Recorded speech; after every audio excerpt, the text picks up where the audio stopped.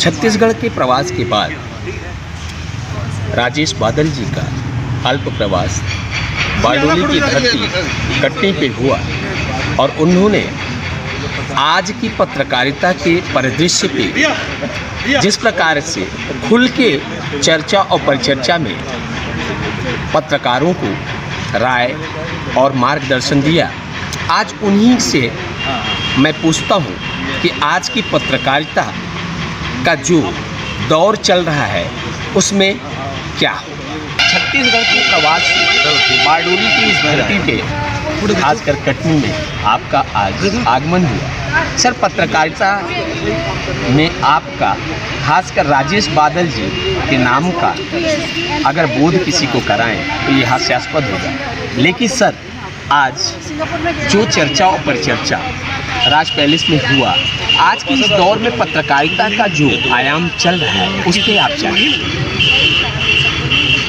देखिए, जो आपने ऐतिहासिक संदर्भ बारडोली का दिया और मैं अभी छत्तीसगढ़ के जो गया था वो एक जगह है पेंड्रा, तो इस पूरे एरिया को एक तरह से अगर हम कहें कि धाम है पत्रकारिता के नज़रिए से तो गलत नहीं होगा, क्योंकि देखिए बारडोली का इलाका हो गया, दमोह का पथरिया मूर्धन्य संपादक माधवराव सप्रे का जन्म स्थान है। जहाँ मैं पेंड्रा गया था वहाँ आज़ादी से पहले छत्तीसगढ़ मित्र और हिंदी केसरी के जो संपादक संचालक थे माधवराव सप्रे जी थे, वो उन्होंने उनकी कर्मस्थली थी। जबलपुर द्वारिका प्रसाद मिश्र, सेठ गोविंद दास, माखनलाल चतुर्वेदी जैसे मतलब महान पत्रकारों और संपादकों की जगह है। तो ये तो पूरा एरिया ही पत्रकारिता के नज़रिए से एक मैं इसको कहूँगा तीर्थ, पूरा इलाका। जो आज की स्थितियाँ हैं वो आप ठीक कह रहे हैं, आज की स्थितियों में थोड़ा सा बदलाव आया है और बदलाव प्रकृति के नियम है। जब बदलाव सकारात्मक होता है तो वो यकीनन सबको अच्छा लगता है। इस प्रकार से मेरे साथ राजेश बादल जी ने एक चीज़ बड़ा ही आज के पत्रकारिता के इस दौर पे बहुत ही सूक्ष्म बातों को रखा। उन्होंने बोला कि बदलाव ही प्रकृति का नियम है, और आज की परिदृश्य में जिस प्रकार से उन्होंने ये बात रखा कि अगर पहले की पत्रकारिता और आज की पत्रकारिता में जो बदलाव है ये कुछ समय के लिए है, लेकिन मैं दोबारा प्रश्न उनसे यही बात बोलता हूँ सर, लेकिन फिर भी आज की पत्रकारिता, जब आपकी पत्रकारिता थी तो उस समय और आज की पत्रकारिता में आज का पत्रकार अपने आप को सामंजस्य नहीं कर पा रहा है, क्यों नहीं कर पा रहा है?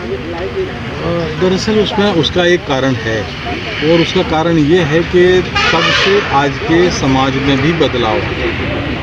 आप देखते हैं, हमने घर घर में देखा कि हमारे घरों में भी कहीं ना कहीं वैसा माहौल और वैसे मूल्य, जीवन मूल्य नहीं रहे जो आज से 50 बरस पहले होते थे। संयुक्त परिवार होते थे, रिश्तों का लिहाज होता था, अपने एक नैतिक मूल्य होते थे। तो गुरुदत्त की एक फिल्म आई थी, आपको अगर याद हो, उसमें उन्होंने एक बात कही थी, शायर तो उसके साहिर लुधियानवी थे, लेकिन उन्होंने कहा था कि हम गमज़दा हैं, लाएं कहाँ से खुशी के गीत, देंगे वही जो पाएंगे इस ज़िंदगी से। उनके स्वागत के लिए सर्वप्रथम राकेश तिवारी जी को अनुरोध करता हूँ, भैया का स्वागत करें। मैं भी हाथ लगाऊंगा।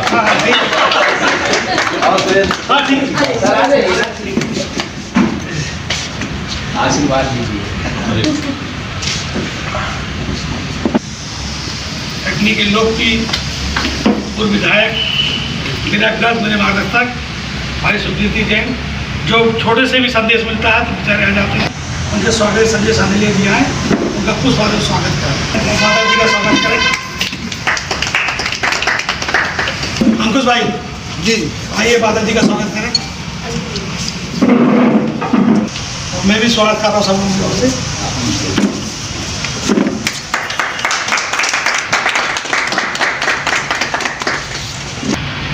पत्रकारिता एक ऐसा क्षेत्र है जो किसी कम संघर्ष से कम नहीं है, और यह एक धर्म भी है जो सत्य की ओर आम जनता को बताने का काम भी करता है, और जो व्यक्ति सत्य के मार्ग पर चलता है उसको संघर्ष का सामना ही करना पड़ता है। आया तो मैं निजी यात्रा में था, अमरकंटक गया था और वहाँ से छत्तीसगढ़ जाना था, पेंड्रा तरफ। वहाँ से अब लौटते हुए भोपाल और वहाँ से दिल्ली। तो जब मुझे ये मौका मिला कि अब लौटते वक्त आप सब लोगों से मिल सकता हूँ, तो मैंने सोचा ये लालच मैंने अपना बनाए रखा, और इस बहाने आपके साथ, आप लोगों के साथ कुछ पल बिताएं। प्रसारण आपके माध्यम से पूरा देश देखा। उस समय प्रिंट मीडिया को छोड़ करके, जबकि निजीकरण में, जैसे आपने भी बताया कि 2005 में चैनल का उद्भव हुआ, तो एक रोटी थी और एक रोटी भरपूर पेट भर देती थी। लेकिन आज उसी रोटी को कई भागों में तोड़ करके बांटा जा रहा है। परिवेश की अगर बात आती है तो आपका ही एक कथा है, और उसको मैं आपसे ही बोलना चाह रहा हूँ कि आप शायद भोपाल में बोले रहे कि आज का मीडिया का दौर संक्रमण काल से गुजर रहा है। निगलो तो भी बुराई है, उगलो तो भी बुराई है, लेकिन ज़िंदगी की रेस में अगर छोड़ देते हैं तो हम पीछे हो जाते हैं, और अगर इसको अंगीकार करते हैं तो ये मेरे देह और शरीर में गैंग्रीन के रूप का प्रकोप धारण करके हमें ही खत्म कर दे। तो इस पे थोड़ा सा मैं ये चाहता रहा कि इसका शाब्दिक अर्थ जो था ये किस प्रकार है। काल जब मैंने कहा है तो अनंत काल तक संक्रमण काल नहीं रहेगा। भारत के इतिहास में भी आप देखो कि जो अगर इतिहास आप लोगों ने पढ़ा है तो 676 हर्षवर्धन जो अपने मध्य प्रदेश के ही थे, हर्षूद, भारत के इतिहास के सर्वाधिक प्रतापी राजा थे। हर्षवर्धन के बाद हमें सीधे फिर चंदेल काल का उल्लेख मिलता है। बीच के 200-300 साल ये भारत हिंदुस्तान कौन से समंदर में डूबा रहा है उसका इतिहास नहीं मिलता। लोकसभा में राष्ट्रपति के अभिवादन में प्रस्ताव के धन्यवाद की चर्चा जब चल रही थी तो प्रधानमंत्री जी वहाँ भावुक हो गए गुलाम नबी आज़ाद को लेकर। ये मानवीय व्यक्तित्व का एक हृदय जो होता है हर व्यक्ति के पास होता है, वो धड़कता है। यहाँ उनका ये बात होना बहुत अच्छा भी लगा। लेकिन उसी जगह देश में किसान आंदोलन चल रहा है, पूरे देश में किसान आंदोलन चल रहा है, और पक्ष की बात, अगर सत्ता पक्ष की अगर हम बात करते हैं तो वहाँ एक बहुत ही चीज़ सोचने पे मजबूर कर देती है। खून की खेती कांग्रेस करती है, बीजेपी नहीं। खून की खेती कांग्रेस करती है, बीजेपी नहीं।